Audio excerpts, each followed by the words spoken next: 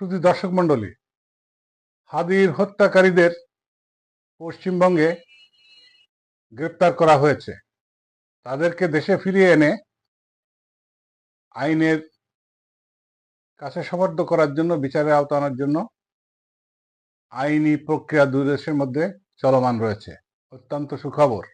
পাশাপাশি কিছু প্রশ্ন আমাদের চলেই আসে। যদি হাদির হত্যাকারীদের গ্রেপ্তার করা যায় মাত্র 36 দিনের মাথায়, তাহলে কেন 1400 লোক যারা আদেশ দিয়ে হত্যা করলো এত মামলা মকদ্দমা? তার মানে প্রধানমন্ত্রী শেখ হাসিনাকে নিশ্চয়ই এবার তারা ফেরত দিবে। সে বিষয়ে কেন কোনো রকমের পদক্ষেপ ভারতের সরকার নিচ্ছে না? এটা একটা বড় প্রশ্ন।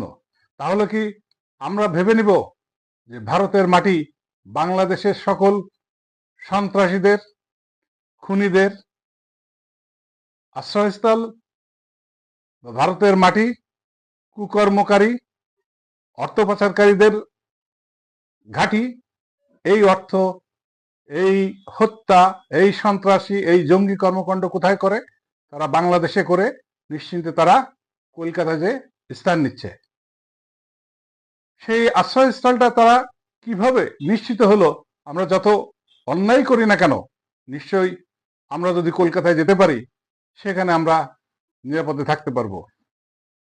এই যে গ্রিন সিগন্যাল, তারা ভারতের সরকারের পক্ষ থেকে পাচ্ছে, নাকি সেখানে কোনো একটা কুচক্রী মহল আছে যারা বাংলাদেশের যারাই কুকর্ম করে তাদেরকে আশ্রয় দেয়?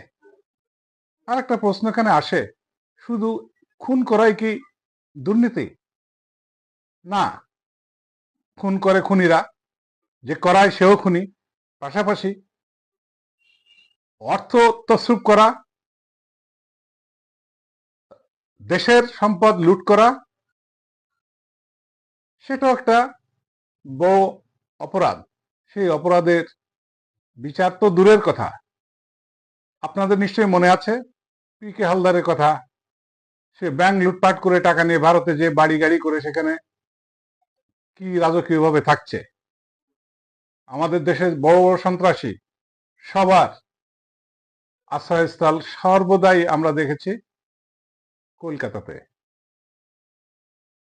শুধুমাত্র শুধু ভারতকে কেন, বাংলাদেশের সন্ত্রাসী, জঙ্গি, অপরাধী কলকাতায় যায় কিভাবে? তাহলে নিশ্চয়ই বাংলাদেশের বর্ডার গার্ড তাদেরকে সুযোগ করে দিয়েছে, অথবা ভারতের বর্ডার গার্ড যারা আছে, বিএসএফ, তাদেরও ম্যানেজ করে সেখানে গিয়েছে। এই বিষয়গুলো নিয়ে এখনই সত্যি বিশ্লেষণ করার দরকার যে বাংলাদেশে খুনিরা ভারতে কেন তারা মনে করে যে সেখানে আমাদের একটা নিরাপদ আশ্রয়স্থল আছে। এই জায়গাটা আমাদের খতিয়ে দেখতে হবে।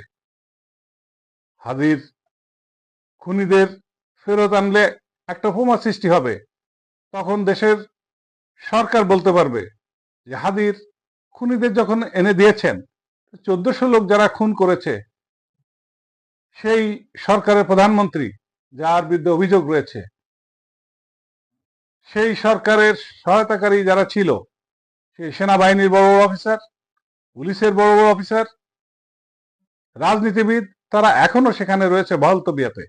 তাদের বিরুদ্ধে কেন সরকার ব্যবস্থা গ্রহণ করে বাংলাদেশ সরকারকে হস্তান্তর করছে না?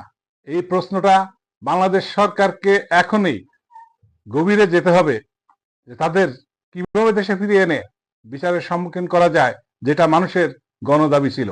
ধন্যবাদ।